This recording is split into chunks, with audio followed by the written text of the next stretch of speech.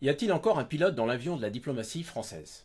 Plus que jamais, la question mérite d'être posée, que ce soit sur la scène du Proche-Orient ou sur la scène africaine, sur laquelle nous reviendrons dans un second temps.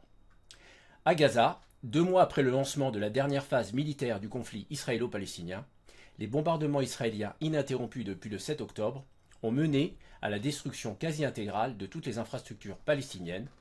Le bilan humanitaire est catastrophique, avec un nombre de victimes civiles palestiniennes situé entre 10 000 et 15 000 morts, et un nombre de 30 000 blessés, dont une grande majorité d'enfants, au point qu'on parle désormais de génocide et de crimes de guerre. Sans même évoquer les centaines de milliers de Palestiniens déplacés vers le sud de Gaza en plein hiver, le dossier délicat de la libération des otages israéliens et palestiniens, ou la timide trêve qui n'a pas empêché la reprise des bombardements. Sur le volet maintenant diplomatique de ce dossier, les différentes positions du président de la République Emmanuel Macron ont pour le moins manqué de cohérence, puisque nous sommes passés d'une première position de soutien indéfectible à Israël et à son droit à la légitime défense dans le cadre d'une visite d'État auprès du Premier ministre israélien Netanyahou, suivi d'un appel à une coalition internationale contre le Hamas, à l'image de la coalition contre Daesh, appel qui a provoqué un tollé dans les officines diplomatiques du monde arabe. Puis, dans un second temps, le même Emmanuel Macron a lancé un appel d'urgence à un cessez-le-feu qui a provoqué la colère immédiate de Benjamin Netanyahou, avant de revenir vers une vague synthèse en déclarant qu'une guerre contre le Hamas durerait au moins 10 ans et qu'il fallait rassurer Israël tout en tenant compte des aspirations des Palestiniens. Alors comment comprendre ces changements successifs de position diplomatique? Et au-delà, comment comprendre l'évolution de la diplomatie française au Proche-Orient? Et nous le verrons ensuite en Afrique. Pour en discuter, nous avons le plaisir d'accueillir aujourd'hui Pierre Conessa. Bonjour et bienvenue Bonjour. sur Mizane TV, Pierre Conessa. Bonjour. Vous êtes un ancien haut fonctionnaire au ministère de la Défense, énarque. Vous avez été notamment directeur adjoint de la délégation des affaires stratégiques et directeur général de la compagnie européenne d'intelligence stratégique. Vous êtes l'auteur de plusieurs ouvrages. Parmi eux, on citera Le lobby saoudien en France, Comment vendre un pays invendable aux éditions de Noël, ou encore Vendre la guerre, le complexe militaro-intellectuel aux éditions de l'Aube. Nous recevons également Idriss Aberkane. Bienvenue sur Mizane TV. Merci. Vous êtes essayiste, conférencier, géopoliticien. Vous avez soutenu et obtenu plusieurs doctorats, dont une thèse au Centre d'études diplomatiques et stratégiques. Vous êtes également le fondateur et l'animateur d'une chaîne d'analyse et de décryptage sur YouTube qui rencontre un grand succès. Vous êtes enfin l'auteur de plusieurs ouvrages, dont un best-seller Libérez votre cerveau aux éditions Robert Laffont, suivi de L'âge de la connaissance chez le même éditeur, et plus récemment Poésie et théorie. Alors messieurs, comment comprenez-vous les nombreux changements de position diplomatique de la présidence française sur la question israélo-palestinienne? Pierre Conessa. Je suis moins sensible que vous au changement de posture parce que après l'attaque du Hamas, la planète entière était dans l'émoi parce que les images diffusées, les massacres, les viols, etc., rendaient nécessaire une position et une forme de solidarité. Et donc elle s'est manifestée par une visite à Netanyahou. Euh, Cela dit, le président est revenu ensuite à une position plus arbitrale, si vous voulez, entre les deux, entre le Hamas et l'État d'Israël. Et surtout, il a dit cette phrase que je trouve assez importante. Il a dit, de toute façon, la répression actuelle prépare la guerre dans 10 ans. C'est-à-dire qu'il met bien en évidence que cette solution répressive, qui est celle qui est adoptée par Netanyahou, n'est pas celle qui, de toute façon, résoudra la crise. Donc, je suis moins sensible. Et en plus, vous savez, après avoir passé 40 ans sur les affaires diplomatiques et stratégiques, il faut faire attention au fait que c'est une espèce de Titanic, la politique étrangère. C'est-à-dire qu'elle continue à fonctionner avec ses cadres, ses analyses, etc. Et les revirements sont assez rares. Par contre, les surprises stratégiques, oui, elles arrivent. Et ça, on parlera, si vous voulez, plutôt de l'Afrique sur ce sujet-là. Très bien. Alors, Idriss Aberkane, est-ce que vous partagez la même, comment dire, la même vision, j'allais dire compréhensive, ou peut-être fondée sur une certaine expérience du fonctionnement de la diplomatie française? Est-ce que ces changements de position diplomatique sont le fruit d'une fragilité politique de la diplomatie française dans la région? Voilà, quel regard portez-vous sur ce changement de position? Je suis tout à fait d'accord avec ce qu'a dit Pierre Conessa. C'est l'appareil diplomatique français, même si Emmanuel Macron l'a bien entamé dans sa culture, dans sa crédibilité et dans sa structure, parce que la structure même a été complètement remaniée et aujourd'hui c'est même difficile de s'y retrouver. Mais au-delà de ça, ça reste un porte-conteneur CMA-CGM, hein, c'est le Jules Verne, le machin, donc ça revire pas comme ça.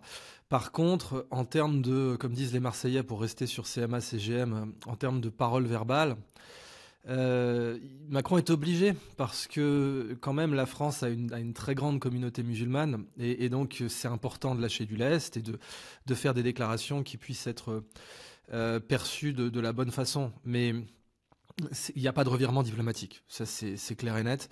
Et de toute façon, si on voulait même aller plus loin, enfin, on peut remonter tout ça aux fameuses directives de Condoleezza Rice quand la France s'est opposée à la guerre en Irak, quoi. Hein. Oubliez les Russes, pardonnez aux Allemands et punissez les Français. Bon bah, oubliez les Russes, on voit ce que ça a donné. C'est-à-dire, on avait quand même évoqué la possibilité que Poutine puisse entrer dans l'OTAN à une époque. C'était complètement délirant, mais c'était envisagé. Pardonnez à l'Allemagne. Bon, même Helmut Kohl, qui est jusqu'au genou dans Gazprom, a pas trop été inquiété. Par contre, punissez les Français. Bah là, je vais terminer là-dessus avec l'excellente phrase des Guignols.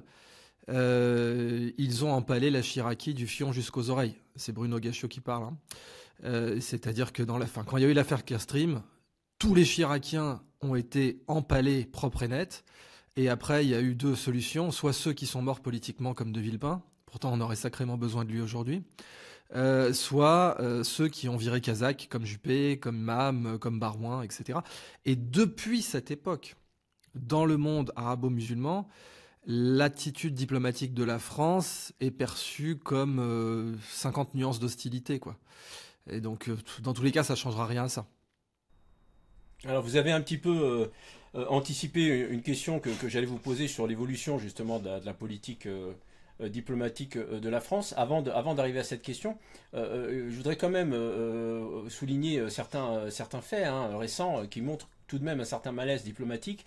On a vu la tentative avortée du président Emmanuel Macron de réunir quelques pays arabes pour négocier une sortie de crise, l'annulation de la conférence de Bagdad et aussi l'annulation à Dubaï d'une rencontre avec Mohammed Ben Salman. Beaucoup rappellent justement, expliquent que l'appel initial du président Macron à une coalition internationale contre le Hamas, que je rappelais tout à l'heure à l'image de la coalition contre Daesh, avait été vraiment une grosse erreur qu'il faut faire oublier.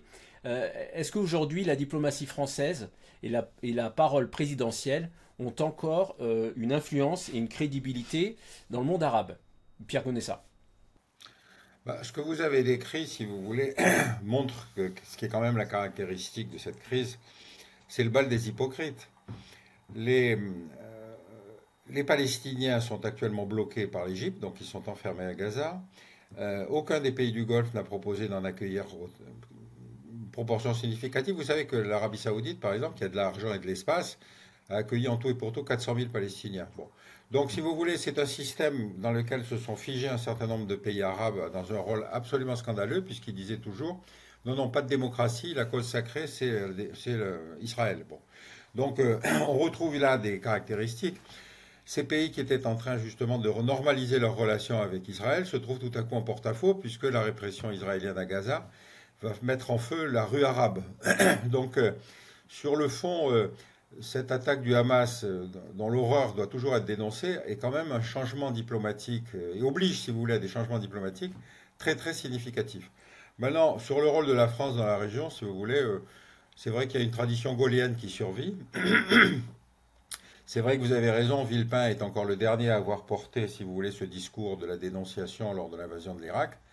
Bon, il s'est retiré des affaires, mais c'est vrai que tout le monde y fait référence aujourd'hui. Donc, vous voyez bien qu'on est sur des sujets qui sont assez étonnants, puisque la tradition gaullienne, ça consiste à faire des références à des grands moments diplomatiques français. Bon, si on n'a personne aujourd'hui pour être à la hauteur de ses ancêtres, effectivement, on joue petite main, quoi. On joue en seconde division. Est-ce que c'est pas une erreur comment dire de faire partir la dernière phase donc du conflit, la dernière phase militaire de ce conflit israélo-palestinien à l'attaque du 7 octobre. Ça a été souvent rappelé en expliquant que finalement les causes profondes de ce conflit remontent bien avant évidemment, mais vous le savez bien, en rappelant notamment la question de la colonisation qui a entraîné des conditions de vie assez désespérantes, hein, notamment pour les habitants de la bande de Gaza. Est-ce que la focalisation excessive sur l'attaque du 7 octobre ne crée pas une occultation qui contribue à prolonger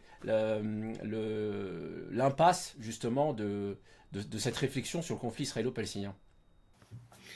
Bah, écoutez, moi je dis toujours que non, excusez-moi, moi je dis toujours qu'on a deux radicalismes face à face. C'est-à-dire qu'effectivement le Hamas porte la forme la plus violente de la résistance palestinienne. Et la deuxième, c'est que Netanyahou ne veut absolument pas d'un État palestinien et qui fait tout ce qu'il faut pour que cet État n'existe pas.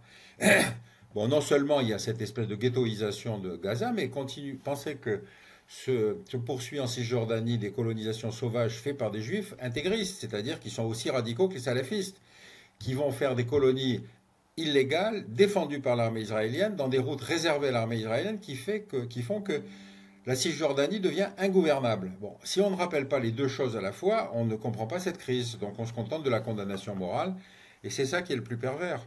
Mais vous voyez, moi je trouve que justement l'évolution de l'opinion est quand même assez significative, hein. L'idée de la cause sacrée d'Israël a pris beaucoup de plomb dans l'aile, y compris dans les grandes démocraties, où les gens disent mais non, on ne peut pas continuer comme ça, en rappelant ces éléments que je viens de vous donner. Donc moi je trouve que cette crise a profondément bouleversé les lignes. D'accord. Alors, un autre signe d'un malaise évident sur cette question diplomatique, plusieurs diplomates français issus de la direction de l'Afrique du Nord et du Moyen-Orient, la NMO au Quai d'Orsay, ont exprimé récemment dans une note interne leur frustration et leur vive inquiétude sur l'impact profond de la position pro-israélienne d'Emmanuel Macron, sur l'image et la sécurité de la France dans les années à venir.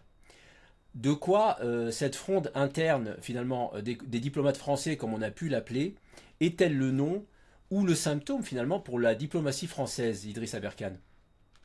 Alors là aussi, c'est plutôt une question à laquelle Pierre Conessa aurait sans doute mieux répondu que moi, mais les, beaucoup de hauts fonctionnaires en France ont le sentiment qu'on ne les laisse pas faire leur travail. Mais c'est pas que dans la diplomatie, quoi, hein. On l'a vu dans la police, on l'a vu même dans le secteur médical, etc.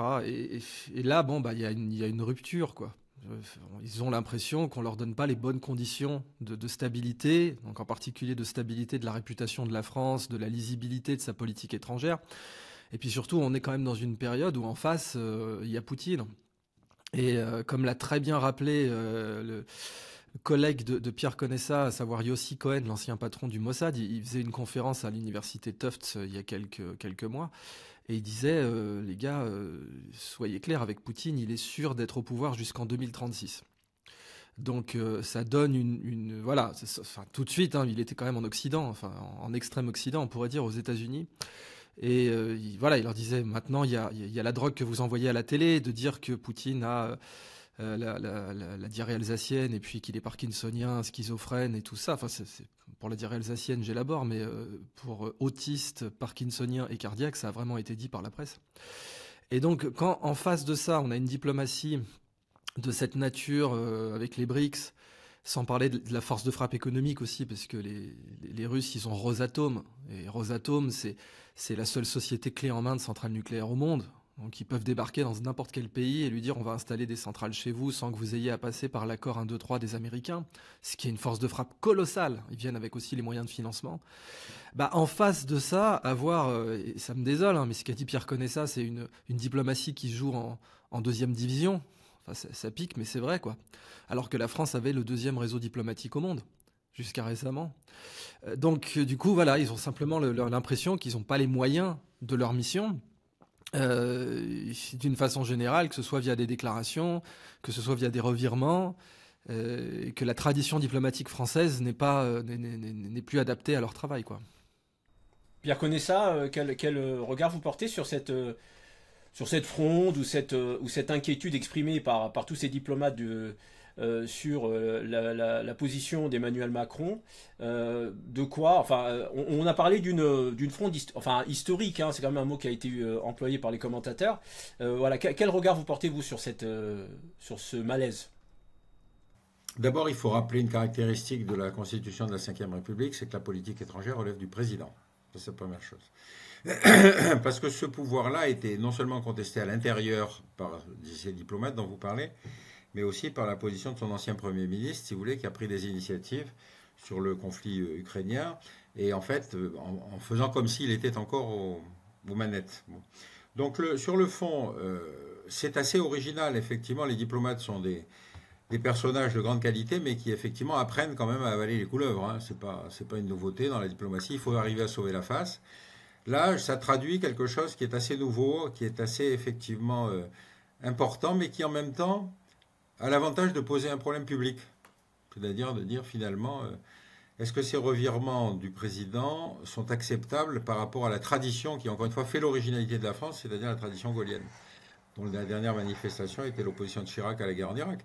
Donc je trouve ça inquiétant parce que finalement c'est une indiscipline dans les rangs, mais enfin en même temps, je ne sais pas comment la chose a été prise du côté du Quai d'Orsay. Donc vous savez que dans le système, il y a toujours un conseiller diplomatique auprès du président, et même si le ministre des Affaires étrangères peut avoir un pouvoir, il reste que évidemment ces personnages qui entourent le président, c'est comme une cour dans une monarchie, ont une capacité de filtrage et de... Bon, en même temps, si vous voulez, moi, je voudrais rappeler un épisode qui est tout à fait autre, si vous voulez, mais... Quand il y a eu le génocide au Rwanda, bon, j'étais tellement révolté par ce qui se passait, parce que j'avais moi-même fait des notes d'alerte avant le génocide, qu'après on a fait avec mes collaborateurs un travail qui traversait une question, c'était est-ce que les pouvoirs politiques avaient des moyens de savoir ce qui risquait de se passer. Donc on a repris tous les télégrammes diplomatiques, toutes les notes de renseignement de la DGSE, toutes les notes de renseignement de la direction du renseignement militaire, c'est-à-dire on s'est mis dans ce canal d'information publique qui remonte jusqu'à la présidence. Et donc, alors que, si vous voulez, dans les rues de Kigali, il y avait des tracts d'une violence, d'un racisme absolument extraordinaire, les diplomates n'alertaient pas du tout. Ils faisaient comme s'ils ne voyaient rien. Bon. La DGSE, la direction du renseignement militaire s'occupait des questions militaires sur l'Est, donc ça ne la concernait pas. Mais par contre, la DGSE avait alerté, une fois.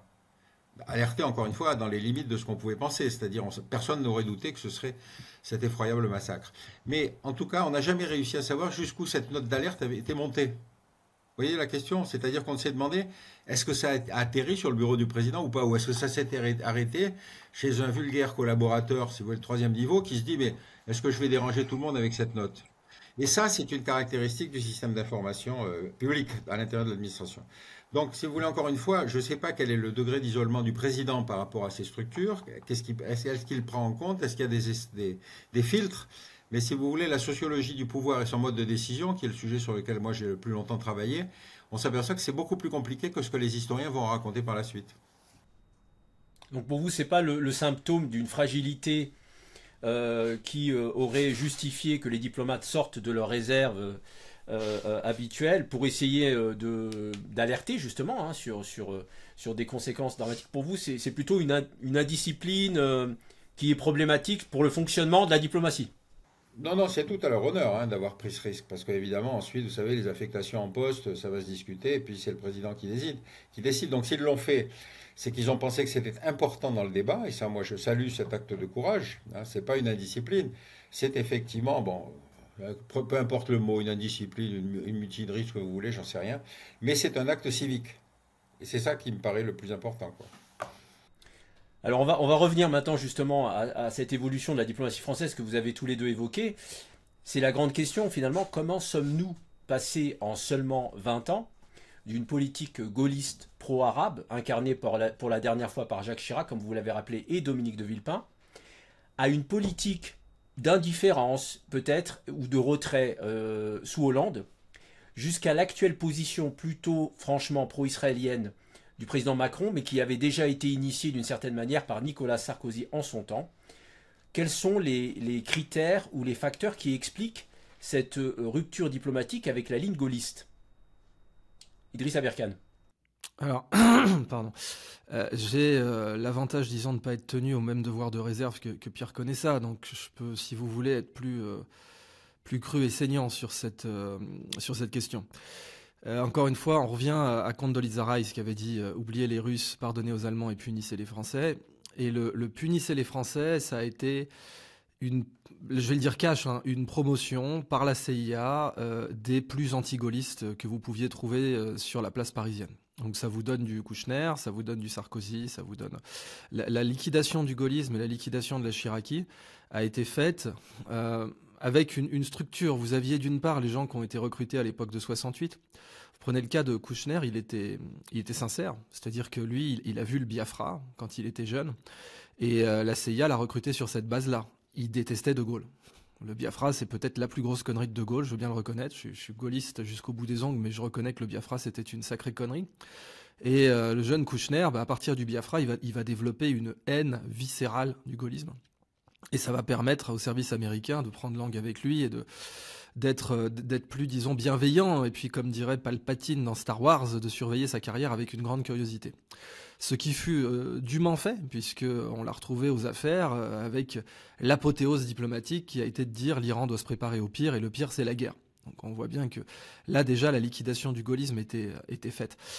Concernant Nicolas Sarkozy, bon, là aussi, il a été sincère, je vais être honnête. Hein, les jogging à Central Park avec un t-shirt NYPD, ça renvoyait la couleur, il n'a pas menti à ses électeurs. Boris Boyan en Irak, qu'il appelait affectueusement mon petit arabe, mais Boris Boyan disait sur les plateaux télé, vous savez, c'est pas grâce à nous les Français que l'Irak est une démocratie aujourd'hui.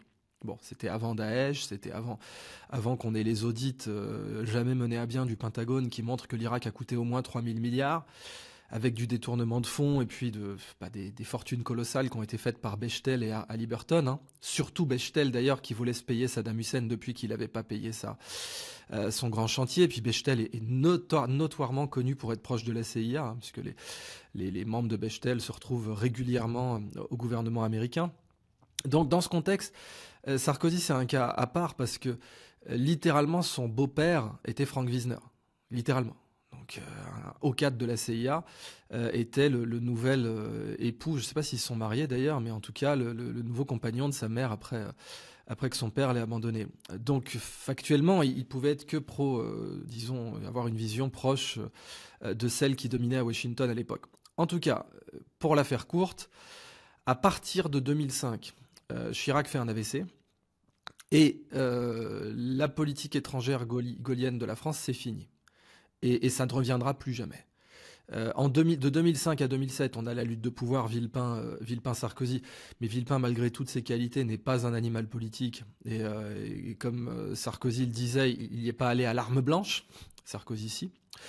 Il y a eu l'affaire Clearstream, qui, là, pareil, je suis tenu à aucun devoir de réserve. Donc, je vais vous le dire comme je le pense, est une opération de la CIA. Comme elle en a le secret, comme elle l'a fait pour Bettino Craxi, comme elle l'a fait pour Giulio Andreotti, comme elle l'a fait pour Lula à l'époque où Lula les emmerdait. Maintenant Lula est plus complaisant. Mais voilà. Et donc, ça a flingué De Villepin, ça a envoyé un message clair à tous les Chiraciens. C'est-à-dire, la Chiraquie n'est pas une situation d'avenir. Et encore une fois, Barouin, Mam, Juppé, etc. l'ont parfaitement compris. Et on voit les positions qu'ils ont prises par la suite. Et à partir de ce moment-là, avant Hollande, c'est là que je voulais en venir. N'oublions pas que c'est Sarko qui a contribué à faire buter Kadhafi. Là, je me régale de rechef de mon absence totale de devoir de réserve. Les Américains, ils l'auraient pris Kadhafi à la propre. Ils auraient fait ça façon hollywoodienne, un peu comme Saddam Hussein. Ils l'auraient pendu, lui auraient fait un procès. Ils auraient fait durer un peu les choses, quoi. Mais le fait de le liquider en race campagne dans une tuyauterie d'égout, ça c'était un truc qui était un petit peu bâclé et qui selon moi était justifié par le fait qu'il avait quand même des dossiers très importants sur le financement de la campagne de Sarkozy. Donc c'est avant Hollande, pour simplifier, et ça ne s'est jamais, ça n'a jamais cessé, puisque de toute façon le Parti socialiste depuis Mitterrand depuis l'affaire Farewell, etc., s'était rapproché des Américains, malgré la déclaration sur son lit de mort, la fameuse déclaration de Mitterrand, ils sont voraces les Américains, tout ça. Et puis Macron, c'est l'apothéose, puisque Macron, sa campagne a été notamment financée par KKR. Donc, et puis il y a l'affaire Alstom, et puis il y a la revente de Gemalto, de la TCOR, etc. Donc on ne peut pas s'attendre foncièrement à ce que la politique étrangère sous Macron redevienne chiraco-gaulliste, quoi. Donc voilà comment je résume les choses. À partir de 2005, il n'y a plus de gaullisme en France. Il y a du gaullisme rhétorique. Enfin, il n'y en a plus au pouvoir. Il n'y en a plus aux affaires. Et la diplomatie a suivi, tout simplement. C'est très important, enfin c'est une analyse très importante, Pierre Conessac, qu'Idrissa Berkane propose pour expliquer la rupture diplomatique de la ligne française du gaullisme à aujourd'hui, avec une implication directe des États-Unis, de la CIA. Voilà, qu'est-ce que vous répondez à ça? Est-ce que vous partagez cette analyse? Alors vous avez un devoir de réserve, mais bon, on peut rester quand même factuel jusqu'à un certain point au moins. Voilà, quel regard vous portez sur ça? Et sinon, quelle est votre analyse de cette rupture diplomatique et de cette disparition du gaullisme au niveau présidentiel à tout le moins? Bon, moi, je suis toujours très surpris, si vous voulez, d'entendre les plans secrets de la CIA, parce qu'évidemment, j'ai beau avoir été dans les services de renseignement, je peux pas... je peux très bien vous dire qu'effectivement, il y a les plans contraires, etc., mais je ne le ferai pas parce que ce qui m'intéresse n'est pas tellement... cette espèce d'action secrète. D'abord, je rappelle que Kadhafi a été tué par des Libyens, d'abord, hein, pas par des soldats français, et donc il a été lynché. Ce qui laisse montrer qu'il n'y avait pas obligatoirement une situation de grand amour à son égard. Mais par contre, effectivement, ce qui est le plus intéressant, et c'est à ça que je me suis intéressé, c'est comment se décident autour du président de la République des grands axes de politique étrangère. Par exemple, la Libye. Bon. Moi, j'ai insisté sur le fait qu'après la disparition de l'URSS, et comme le paradigme qui était celui qu'on utilisait pendant 50 ans ne fonctionne plus, c'est-à-dire la bipolarité, à ce moment-là, on s'est trouvé face à des situations où, d'une part, les Américains souhaitaient conserver leur unipolarité, donc c'est les bouquins, vous savez, sur le clash des civilisations, etc. Le clash des civilisations a été traduit en 35 langues, c'est pour vous dire comme ils ont réussi à structurer le débat dans la décennie. Bon. Et puis ensuite, il y a le 11 septembre. Et le 11 septembre, c'est extraordinaire parce que à ce moment-là, chez les Américains, qui est un pays qui n'a jamais connu la guerre, qui ne sait pas ce que c'est qu'une ville rasée, qui ne sait pas ce que c'est que des tickets de rationnement, tout à coup, il y a une doute existentiel, c'est-à-dire comment était-ce possible? Donc il y avait deux questions, c'était pourquoi nous? Et donc évidemment, pourquoi nous, ça aurait voulu dire un réexamen critique de la diplomatie américaine. Ou alors sont apparus sur les plateaux télé, justement, ce complexe militaro-intellectuel pour leur dire non, non, attendez, c'est pas vous, c'est les autres, c'est l'autre qui est fou. Alors il y en avait une catégorie que j'aime beaucoup, si vous voulez, qui sont les psys. Parce que les psys sont apparus à ce moment-là pour dire aux Américains non, non, mais vous inquiétez pas, vous êtes normaux. C'est l'autre qui est fou, l'autre étant évidemment Ben Laden. Bon. Après, l'autre développement, alors je reviendrai sur les psys parce que c'est ceux qui aujourd'hui diagnostiquent Poutine sans jamais l'avoir rencontré. Vous voyez bien que là, c'est pas un plan secret de la CIA, c'est une sociologie de la décision politique qui vont expliquer qu'il est parano, schizophrène, qu'il a le cancer, qu'il a grossi, qu'il a maigri, etc., etc. Le seul psy qui refuse de diagnostiquer Poutine, c'est Cyrulnik, qui dit « Moi, je ne diagnostique pas un individu que j'ai jamais rencontré. Pour les autres, l'appétit du plateau télé est tel qu'ils viennent pour dire des choses qui sont contraires à leur éthique professionnelle. » Donc moi, c'est ces mécanismes-là qui m'intéressent. Et ces mécanismes-là sont ceux qui environnent, si vous voulez, le politique et qui vont l'interpeller depuis un plateau télé en disant « On ne peut pas ne pas, donc il faut intervenir ». Donc je suis moins convaincu, si vous voulez, par le développement de tous ces plans secrets, parce que finalement, on a beau financer une élection, on n'est jamais sûr du résultat. On n'est jamais sûr du résultat. Vous savez, les électeurs, ils ont cette caractéristique. Regardez par exemple en Irak, quand les Américains détruisent l'Irak et qu'ils disent on va vous installer la démocratie, les chiites ont dit oui, oui, oui, c'est une très bonne idée, là, un homme, une voix. C'est-à-dire c'était le meilleur moyen de faire éclater ce pays multiethnique qu'est l'Irak. Bon, vous voyez comment le décalage entre ce qui se décide et la réalité de terrain, moi c'est ça qui m'intéresse. C'est-à-dire des gens qui sont proches. Pierre Conessa, si pour vous vous n'êtes pas convaincu par les plans secrets, alors pour vous quels sont les facteurs politiques qui expliquent cette rupture qui est quand même historique, parce que c'était le ciment. On avait affaire à un demi-siècle de politique française avec un ciment qui orientait cette politique. Aujourd'hui, on est dans la rupture. Pour vous, c'est quoi les critères qui expliquent cette rupture finalement, cette évolution? La tradition gaullienne était encore une fois une originalité dans un monde bipolaire, c'est-à-dire que la France avait une voix qui n'était ni celle des soviétiques ni celle des Américains. Bon, apparemment, où les soviétiques disparaissent, il ne peut rester que l'anti-américain. Mais vous voyez bien que ça ne donne pas une originalité aussi forte, sauf quand effectivement se décide dans ce nouveau pouvoir de la Maison-Blanche qui croit que le monde lui appartient et qu'il suffit d'une action militaire américaine pour qu'une crise soit résolue, que Chirac décide de ne pas y aller. Bon. Mais les sanctions, pardon, les sanctions que les Américains ont imposées, le French bashing, si vous voulez, étaient des sanctions qui déstabilisaient complètement le système de défense français. C'est-à-dire que il y avait de la privation sur des pièces, de la technologie, sur des entraînements, etc., etc. J'en avais discuté avec le chef d'état-major des armées. Il savait que c'était un moyen de pression extrêmement fort. Et donc, ce qui est original, c'est que Chirac ait refusé, mais que ses deux successeurs ont pédalé tout ce qu'ils pouvaient pour rattraper les Américains en Irak. Donc la question, encore une fois, c'est pas le plan américain, c'est pourquoi est-ce qu'à l'intérieur de la classe politique française, vous avez des gens qui ne sont plus capables d'avoir une analyse du monde, si vous voulez, qui puisse être pro-américaine, mais pas aussi attachée, si vous voulez, au suivisme. C'est ça, à mon avis, la véritable question. Donc Hollande, je ne veux pas m'attarder sur lui, mais Hollande, il était président général de la Corrèze. Ça ne prépare pas aux affaires internationales quand même. Et Sarkozy, effectivement, vous l'avez décrit, c'était un type qui était un faiseur, qui effectivement se croyait à la pointure des Américains, et puis en fait il a fait des décisions qui étaient catastrophiques. Regardez l'affaire de Libye. L'affaire de Libye, BHL le convainc, il dit j'en viens, j'ai vu, je connais les gentils, je connais les méchants, on ne peut pas ne pas. On va avoir cette résolution onusienne d'interdiction de survol aérien pour empêcher Kadhafi d'utiliser son aviation, et puis en fait il va donner instruction de bombarder, alors que ce n'était pas le mandat international. Et BHL, qui était à l'origine de cette catastrophe, de ce pays qui aujourd'hui encore est dans une situation de guerre civile, 2 ans après la guerre, dit « tant mieux si j'y suis pour quelque chose ». Donc vous voyez qu'on est dans un système où le mécanisme décisionnel de ces gens-là qui entourent les présidents, ce que j'ai appelé le complexe militaro-intellectuel, sont des gens qui sont totalement irresponsables. On a des intellectuels téphales, c'est-à-dire des gens sur lesquels aucune critique n'accroche. Bon, ben, malheureusement, je ne sais pas comment on peut s'en débarrasser. Cette position diplomatique pro-israélienne actuelle menée par, enfin qui est celle d'Emmanuel Macron, diriez-vous, mais j'en doute de moins en moins, mais j'en doute de plus en plus, pardon, diriez-vous que cette position diplomatique s'inscrit dans les intérêts de la France au Moyen-Orient? Idriss Aberkan. Alors, déjà, je veux souligner toute la justesse de ce qu'a dit Pierre Conessa, hein, c'est-à-dire que là, j'ai voulu forcer le trait, mais c'est vrai que quand on est dans le renseignement, il faut surtout pas partir du principe qu'on sait ce que fait l'adversaire, ça commence par là, il y a le brouillard de guerre, et puis un type du renseignement qui dirait « je sais exactement ce que pense la CIA » et je lui ai parlé à la machine à café avant-hier, ce serait quelqu'un qui n'aurait pas non plus une longue carrière. Juste, c'est vrai qu'au passage, ce genre d'accusation contre la CIA, elle venait directement de Giulio Andreotti, qui, dans le cadre de ses nombreuses affaires, Tangentopoli, etc., le fait qu'il ait sauté peu de temps après avoir balancé Gladio, parce que ce qui lui aurait été reproché, c'était ça, d'avoir balancé Gladio sans avoir consulté personne. Donc Gladio, c'était le réseau secret d'influence de la CIA en Italie. Giulio Andreotti avait dit lui-même: je pense que c'est une basse vengeance de la CIA. Mais c'est clair qu'à partir de là, c'est moi qui extrapole et ça n'engage que moi. C'est absolument pas. C'est une opinion, c'est pas un rapport factuel. Là, voilà, j'ai vu la CIA, je lui ai parlé avant-hier. Et fermons cette parenthèse.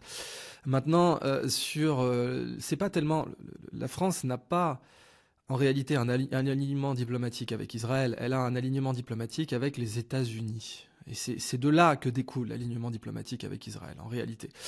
Après, alors, on pourrait parler des diasporas. La plus grande diaspora juive au monde, c'est les États-Unis, avec New York en particulier.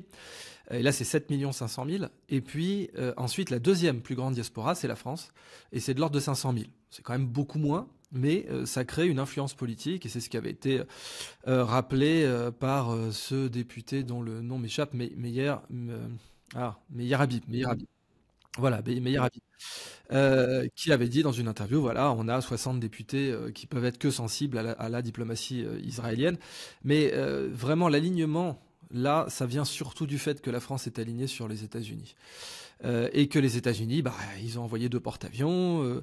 Blinken souffle un peu le chaud et le froid, mais quand même dans l'ensemble, il n'y a pas eu de sanctions majeures. Et on se retrouve avec le problème fondamental de la situation que vous avez évoqué au début, hein, c'est que c'est polarisé sur les attentats du 7. Alors là aussi, je peux me permettre d'être cash et direct. Si je prends le point de vue de la cause palestinienne, le Hamas l'a fait reculer de 40 ans. Au moins de 40 ans. L'OLP, le Fatah, il leur avait fallu 40 ans pour comprendre quelque chose de très important, qui est que Israël ne peut être contesté militairement dans la région. Il n'y a pas de scénario, même depuis la crise de Suez, où Israël a été battu militairement, sauf 2006 avec le Hezbollah quand ils sont rentrés au Liban. Là, oui, il y a eu une sacrée déculottée. Mais ce n'était pas une contestation de l'existence même d'Israël ou de sa nature d'État dans la région. C'était vous ne pouvez pas aller au Liban, vous allez prendre trop de pertes. Et en plus, vous avez une armée qui craint davantage les pertes. Donc c'est tout. Mais c'était en quelque sorte un statu quo. D'ailleurs, ne serait-ce qu'en termes de pertes des deux côtés, c'est le Hezbollah qui a pris le plus de pertes en 2006. Mais bon, ça, c'était pas le sujet. La victoire politique a été présente. Tout ça pour dire que la seule fragilité d'Israël, si on prend le point de vue de la cause palestinienne, elle est politique. La crise de Suez, Israël la perd politiquement, pas militairement. Et je vois beaucoup de gens qui citent le FLN en ce moment. Alors, pas le FLN original, qui est le FLN vietnamien, hein, mais le FLN algérien, qui est celui qu'on connaît le plus maintenant en France. Eh bien, oui, le FLN, rappelons les choses, il n'avait absolument pas gagné militairement. Enfin, la guerre d'Algérie n'était pas gagnée militairement, elle n'a jamais été gagnée militairement, de près ou de loin. Mais elle a été gagnée politiquement. Et c'est ce qu'avait dit un général vietnamien à Westmoreland à Paris, dans la guerre du Vietnam. Westmoreland lui avait dit, de façon un peu arrogante, lui avait dit « Mais vous nous avez jamais battus sur le terrain ». Et le général vietnamien, dont le nom m'échappe, lui avait répondu « Oui, c'est peut-être le cas, mais c'est complètement hors sujet. Parce que nous, ce qu'on cherche, c'est de vous battre politiquement. Et c'est ce qu'on a réussi à faire. » Or, le Hamas, par son opération du 7, a cru faire un coup politique de génie. C'est un coup politique absolument merdique. Alors, sauf s'il voulait devenir à la mode dans tout le monde musulman. Ça, oui, c'est vrai. Le Hamas, aujourd'hui, tout le monde musulman, jusqu'en Indonésie. Vous savez, il y a un hôpital indonésien à Gaza, qui a été bombardé d'ailleurs. Là, oui, le Hamas, il est sur la carte. La génération TikTok pense que ce sont eux les héros, etc. Alors que ceux qui menaçaient vraiment la situation, ou en tout cas qui pouvaient marquer un essai dans la cause palestinienne, c'était le Fatah. C'était le Fatah. Et ils ont été à deux doigts de le faire avec les accords d'Oslo au milieu des années 90. Et c'est bien pour ça. Quelle est l'alternative d'Idriss Aberkan? Parce que cette phase s'est soldée par un échec, cette phase de finalement le Fatah qui avait déposé les armes, hein. Yasser Arafat avait déposé les armes pour négocier, trouver une solution politique et diplomatique. Les accords d'Oslo, vous l'avez rappelé, mais tout cela s'est conclu par un échec retentissant, puisque la colonisation n'a jamais cessé, les Palestiniens n'ont pas obtenu le respect des clauses de l'accord d'Oslo. Donc finalement, est-ce que c'est pas devenu un contre-exemple, cette solution? Et quelle est l'alternative pour les Palestiniens aujourd'hui, politiquement? Ça dépend ce qu'on appelle un échec. C'est-à-dire que le capital politique de la cause palestinienne n'a fait qu'augmenter avec les accords d'Oslo. D'abord, on a Yasser Arafat qui reçoit le prix Nobel de la paix. Enfin, c'est un truc de fou, quoi. Et le capital politique de la cause palestinienne n'a fait qu'augmenter. Et j'en veux pour preuve le fait que Netanyahou lui-même a dit « Je ne veux surtout pas avoir le Fatah comme interlocuteur ». Moi, j'adore avoir le Hamas comme interlocuteur. Ça a été révélé par Haaretz, il l'a dit dans une conférence. Plusieurs témoins l'ont confirmé. Il dit, mais j'adore avoir le Hamas. Le Hamas, c'est l'interlocuteur parfait. Ils sont pas crédibles du tout. Politiquement, c'est très facile de montrer que ce sont des barbares. Et en tout cas, même en forçant le trait, on n'a pas beaucoup besoin de forcer le trait. On va pouvoir montrer dans tous les médias occidentaux que ce sont des barbares. Certes, les médias des BRICS vont avoir une opinion différente, mais dans les médias occidentaux, on va pouvoir le faire sans problème. Alors que dire que le Fatah, ce sont des barbares, ça, c'est plus possible. C'est quelque chose qui n'est pas possible politiquement. Et ça leur donne un capital politique redoutable, même si le Fatah est corrompu, même si c'est pas une machine de guerre politique, c'est un machin gérontocrato corrompu. Ok, mais c'est infiniment mieux que le Hamas, et c'est en tout cas ce que Netanyahou a analysé. Et donc, il faut se rappeler que jamais la cause palestinienne n'a progressé militairement. Enfin, je ne sais pas si vous voulez regarder tranquillement. Alors, les frontières de 47, elles étaient inacceptables des deux côtés. Mais n'empêche qu'aujourd'hui, les Palestiniens aimeraient bien avoir les frontières de 47. Bon, il y a eu une guerre, ces frontières ont été perdues. À chaque fois que la cause palestinienne prend les armes en Israël, elle perd ses frontières. Et elle les perd un peu plus à chaque fois. Que ce soit donc en 47. Bon, Suez, ça a été gagné que politiquement, j'insiste. Hein. C'est parce que les Russes et les Américains sont intervenus et ont dit politiquement ce que vous faites est inacceptable, parce que sinon, sur le plan militaire, la France, le Royaume-Uni et Israël avaient complètement gagné, dominaient la situation. Mais c'est vraiment la victoire politique qui a permis de faire gagner Nasser, ce qui était un coup de poker assez incroyable. Et puis après, bon, 67-73, à chaque fois qu'au Moyen-Orient, on convoque une ordalie militaire contre Israël, les frontières palestiniennes sont amputées. à chaque fois un peu plus allemand. Et donc, si Netanyahou, qui connaît très bien l'histoire d'Israël, a bien fait cette voie, il se dit, il n'y a rien de mieux que de convoquer une nouvelle ordalie militaire contre nous. Ah ça tombe bien, il y en a une qui vient d'arriver, elle est toute fraîche, et puis bon, maintenant, elle va me permettre de devenir un héros alors que j'étais à 2 doigts de finir en tôle, c'est Netanyahou qui parle, à savoir d'évacuer Gaza, et de foutre une pression colossale aux Égyptiens pour qu'ils acceptent les Gazaouis, ce qu'ils ne peuvent pas faire parce que frères musulmans d'une part et trahison de la cause palestinienne d'autre part. Mais n'empêche, si je leur mets suffisamment la pression, ils vont devoir absorber Gaza. Et en effet, on pourra récupérer le gaz et faire le canal Ben Gourion, qui est un vrai sujet, et qui ne peut pas contourner Gaza. C'est vrai que si les Israéliens veulent faire le canal Ben Gourion, ça doit passer par là. Donc voilà, le Hamas, c'est l'ennemi rêvé pour Netanyahou. Il l'a dit à plusieurs reprises, et Haaretz le lui a suffisamment reproché. Il y a encore un peu une presse d'opposition en Israël. Et clairement, à chaque fois que les Palestiniens, ou que la cause palestinienne a essayé de progresser militairement, elle a perdu du territoire. Parce que c'est pas comme ça qu'il faut progresser, il faut progresser politiquement. Et pour conclure juste, désolé d'avoir monopolisé la parole, la cause palestinienne aurait bien plus gagné à armer tout le monde d'une caméra et de téléphones satellites et de réseaux de presse, de forcer Israël à une situation de guerre TikTok, ce que les Ukrainiens avaient beaucoup fait d'ailleurs avec la Russie, ce qui fait que la Russie a dû lever le pied beaucoup plus, et ce qui fait qu'aujourd'hui il y a plus de civils morts en effet en Palestine que dans toute l'Ukraine, ce qui est quand même un truc de dingue. Et la cause palestinienne aurait bien plus bénéficié de cela, que chacun soit équipé d'un très bon appareil photo, d'un très bon micro et d'une technologie d'uploading immédiat pour pas que les images soient perdues. Ça aurait fait progresser la situation bien plus que n'importe quelle attaque à main armée. Très bien, monsieur. Alors, on va passer maintenant sur le second thème de ce débat, de cet entretien, donc la scène africaine. Alors, autre continent, autre déboire. Depuis son second mandat, le président Emmanuel Macron a dû procéder entre 2020 et 2023 à un retrait militaire et politique forcé de la présence française dans plusieurs pays africains, parmi lesquels le Mali, le Burkina Faso et le Niger. Les changements de régime, putsch et lutte d'influence dans le continent africain se sont largement faits au détriment de la diplomatie française durant cette période. Et la fièvre anti-française n'en finit plus de se propager dans le continent, y compris au Sénégal, qui restait une zone de stabilité relative dans la région. Alors ce retrait et cette perte d'influence successive et pour le moins humiliante de la diplomatie française va-t-elle entraîner un effet domino dans ce qu'il reste de la zone d'influence française en Afrique? Pierre Conessa. Oui, c'est une situation géopolitique effectivement très nouvelle. Elle est très nouvelle parce que le premier incendie s'est propagé sur la zone sahélienne. Alors, la zone sahélienne avait ceci d'original, dans une autre dimension, c'est que c'était le premier axe de diffusion de la politique religieuse de l'Arabie saoudite, qui à l'époque des années 60-70 avait comme principal ennemi le socialisme arabe. C'était l'époque où Nasser disait les Arabes feraient mieux de s'occuper des pays du Golfe plutôt que d'Israël.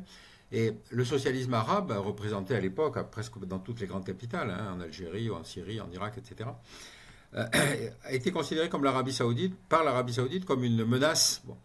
Et c'était l'époque où, encore une fois, en plein Est-Ouest, si vous voulez, on considérait que ceux qui contestaient l'ordre international pouvaient être que des pro-soviétiques. Donc on n'a pas soutenu cet effort de modernité, on a au contraire laissé les Russes s'installer. Bref. Donc l'axe de pénétration de la diplomatie religieuse de l'Arabie saoudite, ça a consisté à essayer d'empêcher la diffusion du socialisme arabe vers le sud de l'Afrique. Et ce qui est très étonnant, c'est que justement, l'Arabie saoudite avait fait une espèce de contre-société exactement l'antisymétrique, si vous voulez, de ce que faisait Nasser. Quand Nasser créait la Ligue arabe, l'Arabie saoudite créait la Ligue islamique mondiale. Quand les Égyptiens attiraient des cadres à l'université Al-Azhar, l'Arabie saoudite crée l'université islamique de Médine.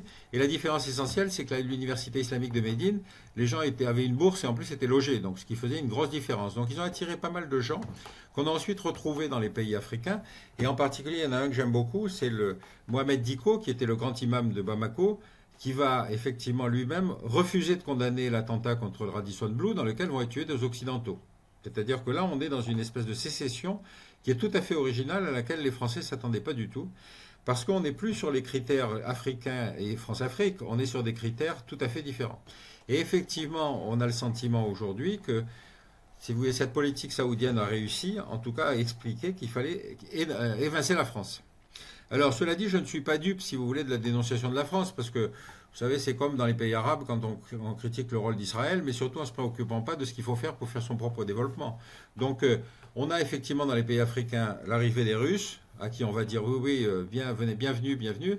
Mais ensuite, les Russes, moi, je leur souhaite beaucoup du plaisir, si vous voulez, pour s'occuper des pays africains. Parce qu'on est dans des On va y situations... revenir sur les causes, mais pour vous, il n'y a pas de risque d'effet boule de neige par rapport à ce qui s'est passé donc au Mali, au Niger et au Burkina Non, Faso, dans d'autres pays? il y a un risque de boule de neige qui, de toute façon, ne peut pas couvrir la totalité du continent. Hein. Ça correspond effectivement à la limite de pénétration de l'islam, puisque c'est l'argumentaire que moi je trouve le plus significatif. Quant à l'arrivée des Russes, vous savez, pour le résultat qu'on a de 50 ans de politique de France-Afrique, je leur souhaite bien du plaisir, parce qu'ils vont découvrir qu'est-ce que c'est que de travailler avec les Africains. Donc, moi, je vous avoue, beaucoup moins inquiet. Puis, alors, une fois, si vous voulez, la Alors, c'est quoi les France-Afrique, difficultés de travailler avec les Africains, justement? Quelles sont ces difficultés? un extraordinaire taux de corruption, d'abord, parce qu'effectivement, l'argent étranger est quand même celui qui est le plus facile à dériver, si vous voulez. L'absence totale de plan de développement, c'est-à-dire on attend, si vous voulez, une règle internationale. On explique que c'est les Occidentaux qui exploitent les ressources, mais ce n'est pas vrai partout. Regardez le cas du Nigeria. Le Nigeria est un pays richissime, qui est dans une crise profonde. Le Congo, le plus grand pays du continent, est un pays dans lequel se sont développées 120 milices. Ce pas des milices instrumentalisées par les autres. Donc, encore une fois, si les Russes veulent s'en occuper, très bien, moi je leur souhaite la bienvenue. Mais vous voyez comment on voit les choses à partir d'ici, on ne les voit pas à partir de là-bas. Bon, ben écoutez, on reparlera de tout ça, si vous voulez, dans 10 ans. Mais, vous savez, moi je me souviens, encore une fois, quand j'étais au ministère de la Défense, dans les années 94, non, c'était juste avant le génocide, je fais un papier pour expliquer que je ne comprenais pas la politique française au Rwanda. Bon, je le faisais de l'intérieur, ce n'était pas un document public. Je me fais engueuler par le cabinet militaire qui me dit quand on ne connaît pas un sujet, on n'écrit pas dessus. Bon, peu de temps après commence le génocide. Aucun des mecs qui avaient défendu la politique française au Rwanda n'a sauté. Ils sont tous restés. Et même après le génocide. Donc vous voyez, on est dans une situation absolument étonnante. C'est que ces gens-là se considéraient comme gestionnaires de l'Afrique, avec le résultat dont on voit le désastre aujourd'hui. Mais ils vont rester là, si vous voulez, comme le Titanic est joué, quoi. Donc le système n'a pas d'autocensure, n'a pas de bouleversement. Peut-être Macron va-t-il changer la chose, parce qu'il n'y a pas de passé africain. C'est ça la différence. C'est son discours de 2017, hein, d'ailleurs, hein, où il avait mis en exergue cette dimension-là. Mais, Ouais, ouais. aujourd'hui, on lui reproche justement de n'avoir pas respecté la ligne de ses discours. Voilà. Oui, mais Idriss enfin, cela dit, Aberkane, oui. vous avez remarqué qu'en France, quand on n'a rien à dire, on dit on critique Macron. Même s'il disait je vais jouer au PMU demain, on critiquerait le PMU, si vous voulez. Donc, faut atteindre les limites, si vous voulez, de cet exercice politique français, parce qu'il n'y a aucun parti politique qui propose des solutions alternatives. Si on pouvait exporter Idriss, nos hommes politiques, ce serait vachement bien. Idriss Aberkane, sur la même question, est-ce qu'il faut s'attendre à un effet domino par rapport à ce qui s'est passé au Mali, au Niger et au Burkina Faso concernant la perte d'influence de la diplomatie française en Afrique? Bah, là où c'est passé à deux doigts, c'était le Tchad, parce que les Russes ont quand même mis une sacrée pression sur ce pays. Maintenant, la situation au Moyen-Orient a donné un vrai répit au Tchad, pour l'instant. Et on sent que les diplomates tchadiens soufflent un peu là, que ça va mieux. Pour moi, celui qui a tout compris, c'est Bernard Lugan, hein, et c'est pas parce qu'il est de droite qu'il faut pas l'écouter. Quand il parle d'ethnomathématiques électorales, donc c'est ce que Pierre Conessa avait décrit pour l'Irak, hein, un homme, une voix, bah, quand on a un pays multiethnique, en plus avec des chiites et des sunnites, c'est la meilleure façon de faire péter la baraque. Et en Afrique, c'est pareil. Or, il y a l'ethnomathématique électorale, il y a vraiment ce que disait Bernard Lugan, c'est-à-dire en Afrique, l'ethnie n'explique pas tout, mais rien ne s'explique sans l'ethnie. C'est exact, que ce soit au Sénégal, les Peuls, les tout couleurs en particulier, etc. Et puis en plus au Sénégal, après, on a les confréries soufis, donc on a les Tidjanes et les Mourides, qui ont un rôle colossal dans le pays, qui explique une très grande partie de sa stabilité par ailleurs, outre le fait qu'il est essentiellement monoreligieux, pas monoethnique, mais monoreligieux. Donc, il y a une pression. Alors maintenant, ce qu'a décrit Pierre Conessa sur les problèmes de travailler avec les États africains, en fait, les Russes avaient une sacrée école en la matière pendant la guerre froide. Et ils ont d'abord une très bonne école d'ethnographie, elle est réputée dans le monde entier. La nuance ethnographiste des Russes est réputée dans le monde entier, et encore aujourd'hui les Africains la respectent énormément. Et puis après, ils ont le pragmatisme Wagner qui vient par-dessus. C'est-à-dire que la corruption, bon, Poutine, il en bouffe au petit-déj, la corruption. C'est l'histoire de la Russie, quoi. C'est les boyards. Et le tsar, sans les boyards, il est mort. Alors, soit on a des tsars qui égorgent les boyards comme Ivan le Terrible, soit on a des tsars qui se font égorger par les boyarim, comme le père du tsar de toutes les Russies sous Napoléon, qui a été buté sous ses yeux. Par les boyards qui n'étaient pas contents. Et c'est la raison d'ailleurs pour laquelle le tsar Alexandre a refusé d'exécuter le blocus continental, parce qu'il savait très bien que s'il s'opposait aux intérêts commerciaux des oligarques de l'époque, qui étaient donc les boyards, eh bien il allait sauter. Donc ça, quand on est dans la Russie contemporaine, c'est standard, quoi. Oui, il y a des oligarques corrompus. Bon, via Wagner, on sait gérer ça très bien. Wagner, ils ont fait leur oprichnina, ils ont des méthodes très expéditives pour ça. Et la corruption, ça leur fait pas peur. Donc, pour le coup, j'ai l'impression de ce que je vois, qui est forcément, il y a des trous dans la raquette, c'est forcément partiel. Mais j'ai l'impression que les Russes ont acquis une vraie manière africaine et qu'ils sont là pour durer. Et puis, ils ont cette force de frappe dont je vous ai parlé au tout début, qui est Rosatom. Rosatom, aujourd'hui, c'est la société nucléaire la plus intégrée verticalement. Ils fournissent des centrales clés en main avec la totalité du matériel, des moyens, des logiciels, de la sécurité et du combustible. Et ils arrivent avec un abonnement combustible. Et c'est les seuls à pouvoir tout exécuter. Et du coup, ils peuvent tout financer. Ils peuvent arriver en disant, bon, allez, vous nous devez 23 milliards, on vous installe une centrale. Bon, ça, c'est une force de frappe qui est colossale. Et qui pour l'instant sert à d'autres pays qu'en Afrique, parce que c'est vrai qu'avant d'installer des centrales nucléaires en Afrique, partout, c'est en Égypte, ok, c'est déjà le cas, mais c'est pas quelque chose qui va se faire après-demain non plus, mais c'est une force de frappe importante quand on parle à un chef d'État, de pouvoir lui dire, je vais pouvoir vous installer des infrastructures énergétiques en vous passant du FMI, en vous passant de la Banque mondiale, et sans avoir à respecter les accords 1, 2, 3. Donc les accords 1, 2, 3, c'est les accords du nucléaire américain, mais en fait, tout autre que les Russes est obligé de respecter les accords 1, 2, 3 parce qu'il y a des pièces américaines dedans. Si c'est les Coréens qui fournissent une centrale, il faut signer les accords 1, 2, 3 américains. Donc dans tous les cas, c'est pas possible en fait. C'est soit on bosse avec les Russes, soit on est... Et ça, c'est vraiment, j'insiste, c'est une force de frappe très importante à l'horizon 2036, qui est l'horizon du moment où Poutine quittera le pouvoir. Donc, et puis après, il y a un troisième point, c'est l'aspect culturel. La communauté d'idées culturelles, la communauté de vues culturelle est beaucoup plus grande avec Poutine. Parce que le wokisme, ça passe pas en Afrique, parce que envoyer un ambassadeur représentant de la cause LGBT au Cameroun, ça marche pas, quoi. C'est perçu comme du néocolonialisme, c'est perçu comme de la mission civilisatrice 2.0. C'est quelque chose qui a des conséquences importantes, qui se retrouve sur Internet, qui se retrouve sur Facebook, qui est le réseau social dominant en Afrique. Et là, les Russes jouissent d'un très grand prestige, d'un point de vue culturel, pour ça. Et ça fait que quand les Russes proposent un partenariat, les populations ne gueulent pas. Alors que maintenant, quand la France propose des partenariats, depuis la fin de la Chiraki, les populations gueulent bien davantage. Et on le voit avec le Sénégal, où il y a cet aspect-là qui est utilisable par l'opposition aussi.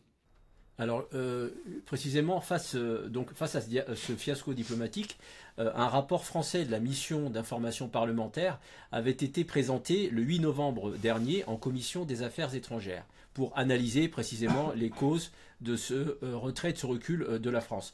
Dans ce rapport, plusieurs causes à l'origine de ce relatif divorce franco-africain ont été mentionnées.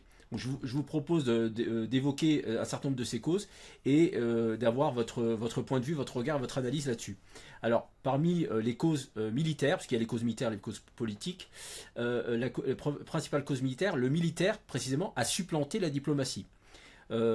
Notamment, la gestion trop sécuritaire de la lutte contre l'AQMI, donc Al-Qaïda au Maghreb islamique, a prolongé la présence militaire de la France dans des pays où elle aurait dû se montrer pionnière en matière d'aide au développement, selon le dogme bien connu de la coopération civilo-militaire. Donc l'équilibre n'a pas eu lieu et le militaire a eu raison de la politique. Qu'est-ce que cette suprématie du militaire sur le politique nous révèle, selon vous, sur la vision de l'action française en Afrique? Pierre Conessa. Oui, rappelez-vous qu'à la création de comment dire, de la politique africaine du général de Gaulle, il y avait évidemment cette carte stratégique qui était, paraît-il, un atout de la France, qui était cette capacité à gérer les questions de sécurité en Afrique. Bon. N'oubliez pas qu'on était dans l'Est-Ouest et que toute zone comme celle-là devait risquer un jour ou l'autre d'être instrumentalisée par les Soviétiques. Bon, et donc la France garantissait une capacité militaire.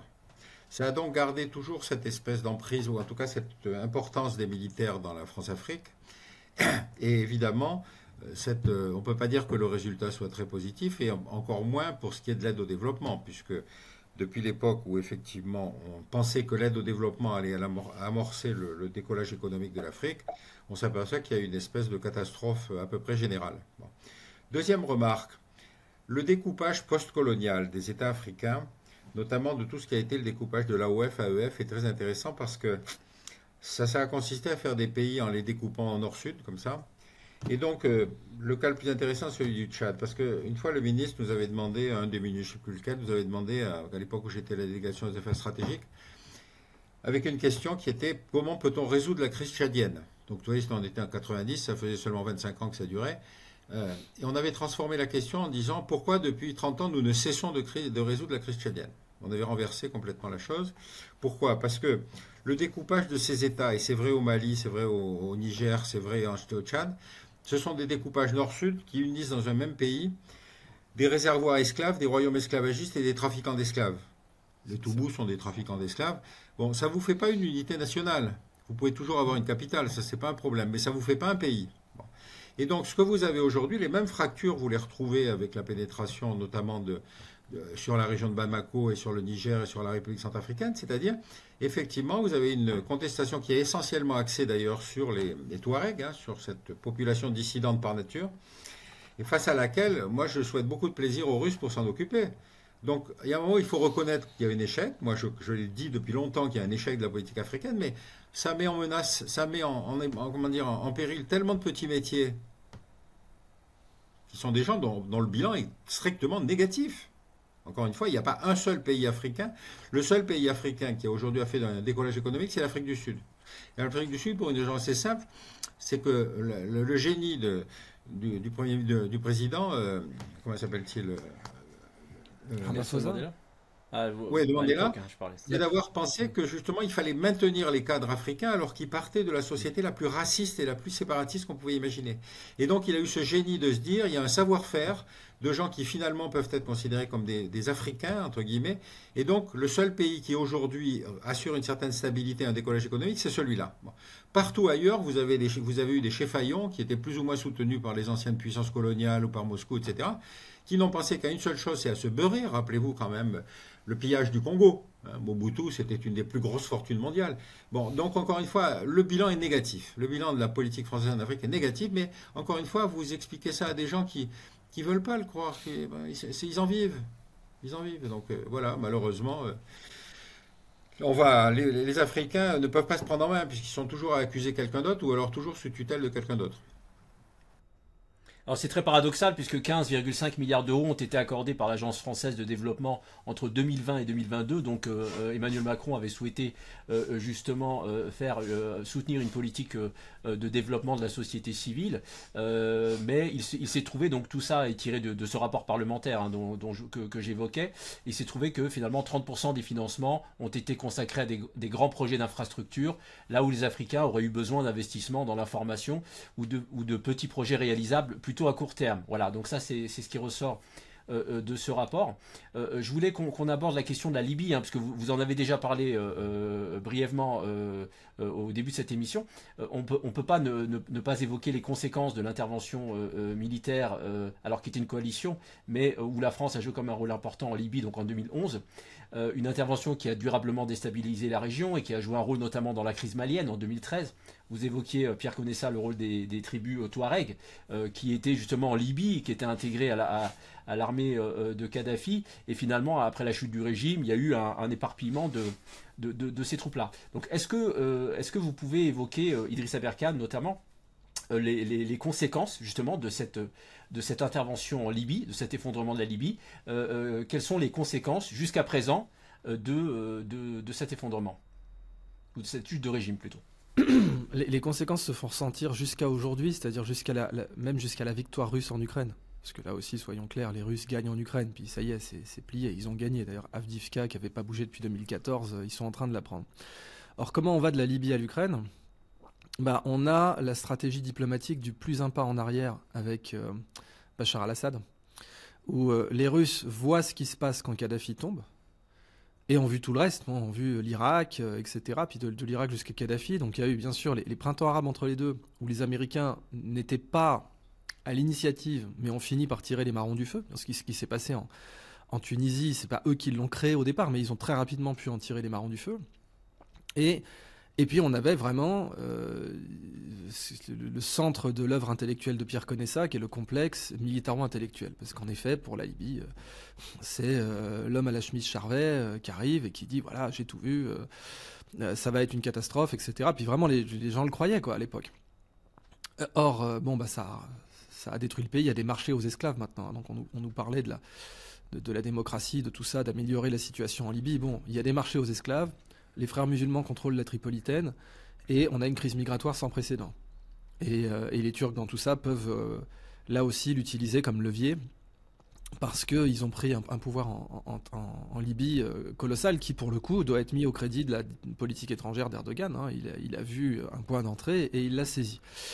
Donc à partir de ce moment-là, à l'échelle internationale, les Russes se sont dit avec la Syrie, c'est le cas libyen qui a fait dire aux Russes plus un pas en arrière.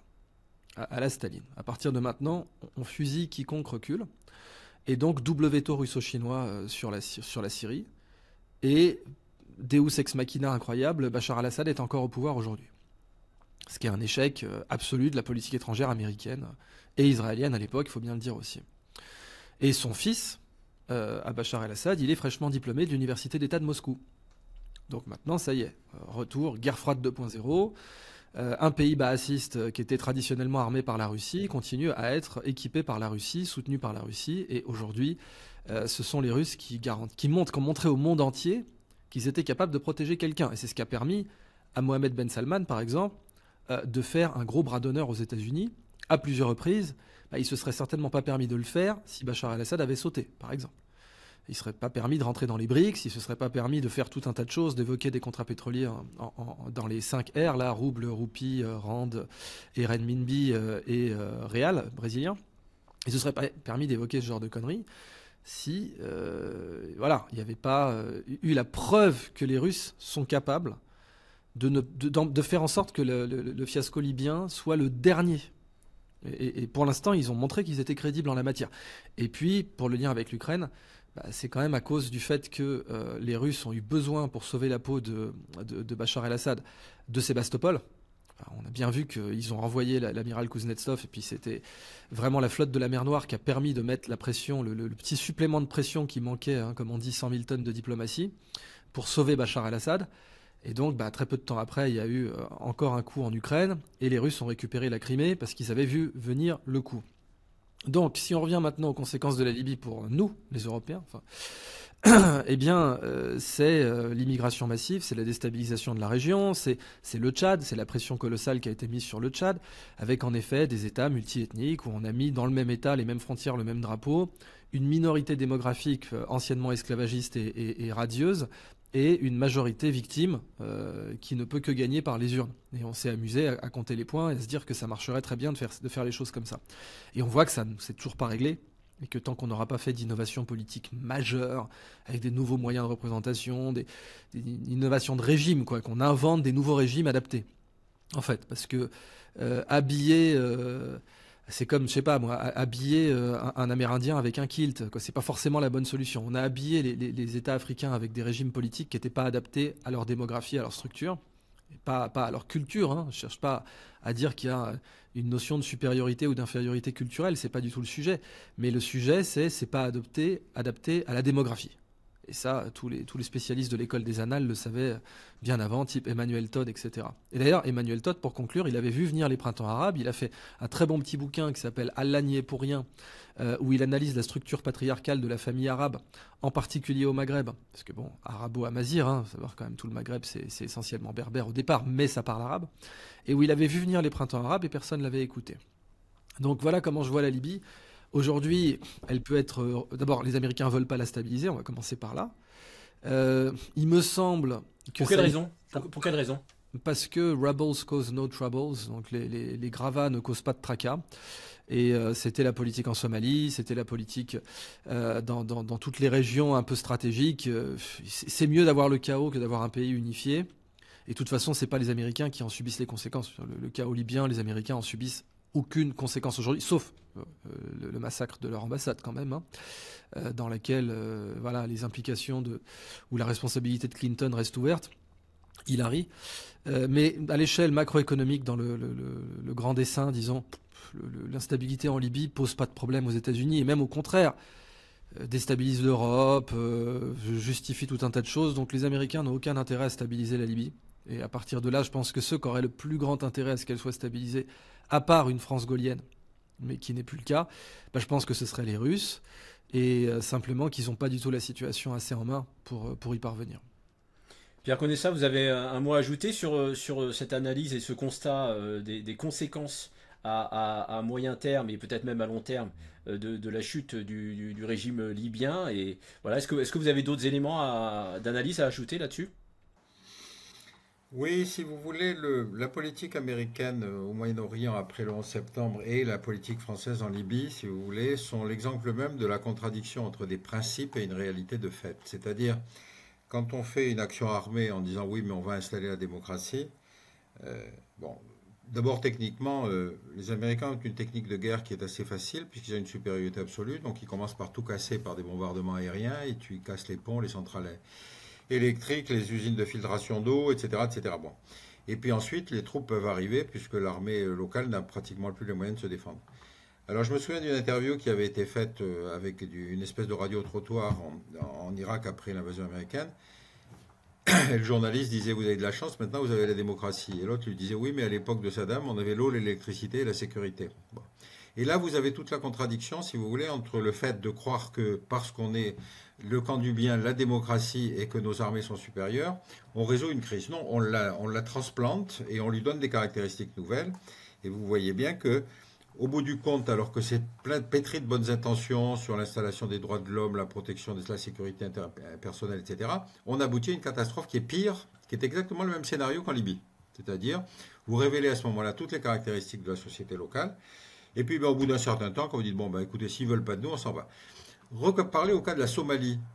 Moi, je ne suis pas d'accord. La Somalie, depuis la fin de l'intervention occidentale, est dans une pagaille absolue. Tout le monde s'en fiche. Pourquoi est-ce qu'on était intervenu à l'époque? Parce que justement, il y avait des gens comme Kouchner qui disaient mais on ne peut pas laisser piller des convois humanitaires. On ne se demandait pas si les types étaient des voleurs ou si simplement ils essayaient de répartir différemment l'aide internationale. On va déclencher une intervention militaire dans un pays que personne ne connaissait suffisamment pour aboutir à cette catastrophe que vous connaissez, c'est-à-dire que finalement, avec 20 djihadistes tués, les Américains disent ah bon, puisque c'est comme ça, on s'en va. Donc vous voyez cette espèce de futilité de la décennie 90 où on faisait de l'intervention militaire alors là, pour des raisons de politique intérieure, hein, sans connaissance particulière du sujet, des caractéristiques de la crise, bon, ont finalement, si vous voulez, dissuadé une partie de l'activisme, si vous voulez, de ce complexe militaro-intellectuel. Mais on est aujourd'hui un peu toujours dans la même situation, c'est-à-dire que vous avez continuellement, à propos de n'importe quelle crise nouvelle, l'idée qu'après tout, il faut que le pouvoir politique occidental s'en occupe. Non, on est en train de basculer dans ce monde complètement nouveau, où on est obligé de se désintéresser parce qu'on n'a plus les moyens. Mais allez faire comprendre ça à un homme politique français, américain, anglais. Non. Ils vont faire des interventions sélectives dans les endroits où effectivement un petit coup militaire peut suffire, disons, à débloquer une situation, mais c'est tout. Donc, si vous voulez, cette espèce de colonisation militarisée des années 90 est totalement terminée. Et puis évidemment, après le 11 septembre, alors là, toutes les priorités ont changé. Et puis on voit bien qu'au dernier épisode aujourd'hui, vous avez non seulement l'émergence des BRICS, mais vous avez surtout dans les pays occidentaux des gens qui commencent à dire on en a marre de défendre systématiquement Israël. Bon, ça fait beaucoup de changements quand même, hein, en peu de temps. Alors parmi les critères politiques, hein, on va aller vite sur ces sujets-là. Un certain nombre d'éléments ont été mis en avant. Donc le double jeu de la diplomatie française qui parle souvent de démocratie mais qui n'hésite pas à soutenir certains autocrates dans la région. Hein. On pense notamment au Tchad, la présence d'Emmanuel Macron aux obsèques du président Idriss Déby et l'adoubement de son fils. Ça c'est un élément qui a été évoqué. On a aussi parlé du style personnel d'Emmanuel Macron, impatient, volontiers cassant, qui a pu heurter les élites africaines au pouvoir. On se souvient d'ailleurs que ce style assez directif ou assez direct de la présidence française a souvent été évoqué pour le cas de Nicolas Sarkozy, par exemple. On se souvient d'ailleurs aussi du discours de Dakar où Sarkozy déclarait que l'homme africain n'était pas suffisamment rentré dans l'histoire. Enfin, dernier élément, la politique de limitation de l'immigration en Europe, qui a pu engendrer d'énormes frustrations à l'égard de la France, avec une politique des visas qui est souvent perçue comme humiliante par les élites africaines. Voilà, pour les éléments politiques, voilà, qu'est-ce que ça vous inspire? Est-ce que vous voyez une pertinence et une effectivité sur le terrain de ces différents critères politiques qui expliquent finalement une relative francophobie peut-être? Je parlais tout à l'heure de fièvre anti-française en Afrique. Est-ce que pour vous ces critères sont convergents et expliquent en partie cette francophobie? Idrissa Berkane. Je pense que c'est vraiment l'aspect culturel qui est devenu déterminant, quoi. On n'est plus dans la guerre froide, mais ça reste la guerre froide 2.0. Et sur les réseaux sociaux, la jeunesse africaine se sent une communauté d'opinion avec la Russie. Pas que, hein, mais si on leur demande vraiment de choisir, ne serait-ce que des sondages d'opinion, quoi. Si on leur mettait qui de Poutine ou de Macron vous semble être un meilleur chef d'État, ou que sais-je, on voit une majorité qui part sur Poutine. Et c'est quelque chose qui a pris quelques années, bien sûr, hein, mais le prestige culturel de la France s'est réduit, malgré le fait que ce soit francophone, malgré le franc CFA, malgré plein de choses. Et on le voit aussi sur les étudiants à l'étranger. Les étudiants sénégalais, par exemple, partent plus volontiers, alors aussi paradoxal que ça puisse paraître, aux États-Unis. Alors, ils disent oui, on trouve que Poutine est très bien, mais on va quand même étudier aux États-Unis. Et on voit dans les flux d'étudiants étrangers, alors il y a eu bien sûr les politiques de visa, etc. Et Didier Raoult en parlait très bien parce qu'il accueillait plein d'étudiants étrangers. Puis il disait à l'IHU que les étudiants africains, les thésards africains qu'il avait étaient les plus productifs.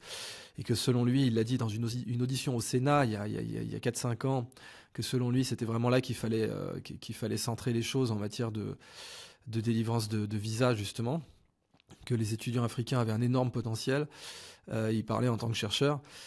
Mais bon, culturellement, la jeunesse africaine ne se reconnaît pas dans la France aujourd'hui. Et je pense que le problème part de là, fondamentalement. Après, il peut y avoir plein d'autres choses, mais encore une fois, le fait d'envoyer un ambassadeur LGBT au Cameroun et de se voir répondre, écoutez, quand les Chinois viennent, ils parlent de barrages hydroélectriques, d'autoroutes et d'hôpitaux. Ça aussi, ça joue énormément, parce que c'est pas lisible, quoi. Qu'est-ce que la France attend de l'Afrique? Quelle est la clarté, la limpidité de sa relation avec l'Afrique, qui a une base originale, typiquement les francs CFA. Bon, c'est pas lisible en fait. C'est pas lisible. Culturellement, qu'est-ce que la France fait en Afrique pour un Africain? C'est plus lisible. Et tant que ce sera plus lisible, peut-être que ça le sera plus jamais, j'en sais rien. Peut-être qu'à la faveur de ce manque de lisibilité et de clarté, tout un tas de pays vont occuper le vide laissé. Il reste aujourd'hui le lien de la langue, qui est un lien fort, mais même ce lien est attaqué, puisqu'on le voit aussi bien au Maroc qu'en Algérie, la francophonie est attaquée. En plus, même le Maroc a dénoncé les relations avec l'Élysée, et puis c'était violent, hein, quand la couronne a dit nos relations ne sont ni bonnes ni cordiales. On peut pas être plus clair.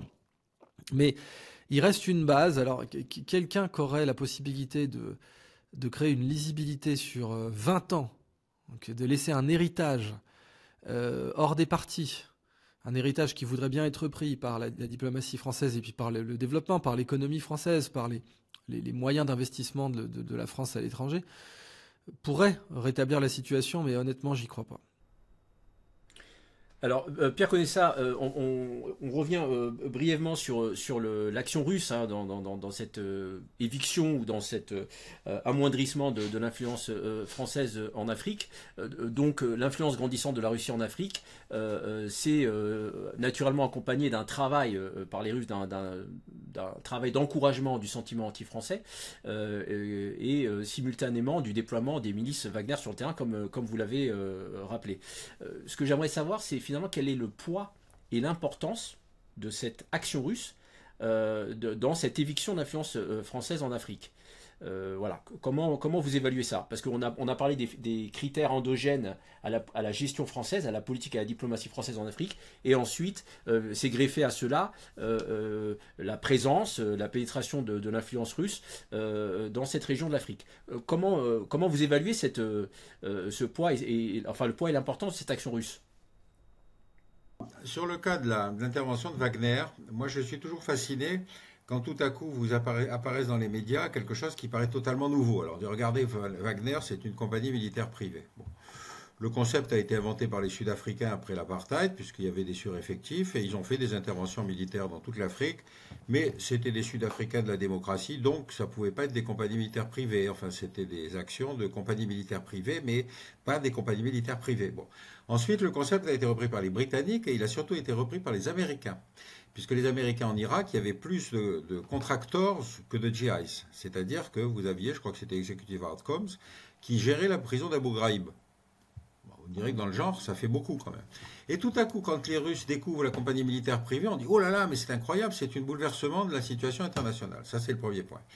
Deuxième caractéristique, toujours sur les Russes, hein, l'intervention en Ukraine, c'est scandaleux, c'est une opération militaire spéciale. Toutes les interventions que nous avons faites depuis 1990 ne sont jamais passées devant le Parlement. C'était toutes des opérations militaires spéciales. Alors on se dit « Mais pourquoi quand c'est les Russes qui les font, c'est pas bien ?» Donc, vous voyez, moi, c'est ce mode de décision et ce système, comment dire, d'affichage par des gens qui finalement ne connaissent pas les sujets, mais qui font que vous construisez un ennemi qui est finalement tellement facile à désigner, et c'est le cas de Poutine. Troisième strate, évidemment, les Russes découvrent l'Afrique, ils ont un certain savoir-faire, ils avaient effectivement à l'époque de la décolonisation des pays dans lesquels ils avaient déjà développé une influence, mais encore une fois, l'Afrique est un panier percé. C'est-à-dire, s'ils arrivent à faire quelque chose en Afrique, tant mieux, tant mieux. Moi, c'est l'intérêt des Africains qui m'intéresse. Les intérêts français en Afrique, je trouve que ça n'est plus un sujet. Depuis la création de l'Europe, tout le système économique et politique et stratégique français aurait dû se recentrer sur cette question-là. On gardait comme appendice une politique africaine qui montrait chaque jour ses limites, mais ses échecs. Donc je me dis, si les Russes veulent s'en occuper, tant mieux, tant mieux. Il faudrait les aider même. Et ils verront effectivement qu'est-ce que c'est que de gérer l'Afrique. Idrissa Berkane, pour conclure, voilà, quelle forme pourrait prendre peut-être ce bras de fer franco-russe dans cette ancienne zone où enfin, il y a quand même encore une influence française, hein, il faut nuancer, mais voilà, quelle forme pourrait prendre ce bras de fer franco-russe dans cette région de l'Afrique, selon vous? Vous avez parlé comment dire, des centrales nucléaires, vous avez insisté là-dessus. Est-ce que ça pourrait prendre d'autres formes? Mais déjà, je le souhaite pas, ce bras de fer, parce que, mine de rien, même si De Gaulle avait une politique tout à fait tierce et neutre, et était capable de renvoyer les Russes dans leur 22 avec propreté, ça reste dans la grande politique étrangère française, dans l'intérêt d'avoir de bonnes relations avec Moscou. Et on le voit, enfin, typiquement maintenant que la France a le potentiel d'être la plus grande thalassocratie du monde, ce qu'elle est que de jurer, puisque plus grande zone économique exclusive au monde, ou deuxième plus grande selon comment on compte. Et les Russes, c'est la tellurocratie éternelle. Une France et une Russie qui agiraient de concert auraient un impact dans les affaires mondiales qui serait colossal. Surtout si la France avait, en parallèle, investi massivement dans sa marine marchande et militaire, dans sa capacité de culture en haute mer, dans la culture d'algues, dans la pisciculture en haute mer, etc., comme font les Coréens, qui sont les plus grands armateurs du monde et aussi les plus grands cultivateurs d'algues au monde. Et ça donne des résultats colossaux. Si la France faisait ça, il n'y aurait aucune raison de faire un clash avec la Russie. Et je reprends ce qu'a dit Pierre Conessa, c'est-à-dire on pourrait même les aider. Très bien, s'ils veulent développer l'Afrique, qu'ils y aillent, en effet, parce que mine de rien, le niveau d'instabilité, de corruption, etc., fait que ça ne sera pas du tout une partie de plaisir. Mais bon, s'ils ont trouvé la formule magique, on est peut-être dans la guerre froide 2.0 vis-à-vis des Américains, mais on n'est plus dans la guerre froide culturelle, idéologique, où on faisait assassiner Lumumba, où on faisait assassiner Sankara, etc. Ça, c'est fini.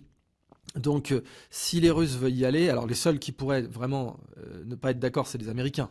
C'est sûr que si demain, faut se rappeler, le grand monument à Dakar, là, il a été fabriqué par les Coréens du Nord, là, le monument de la Renaissance africaine.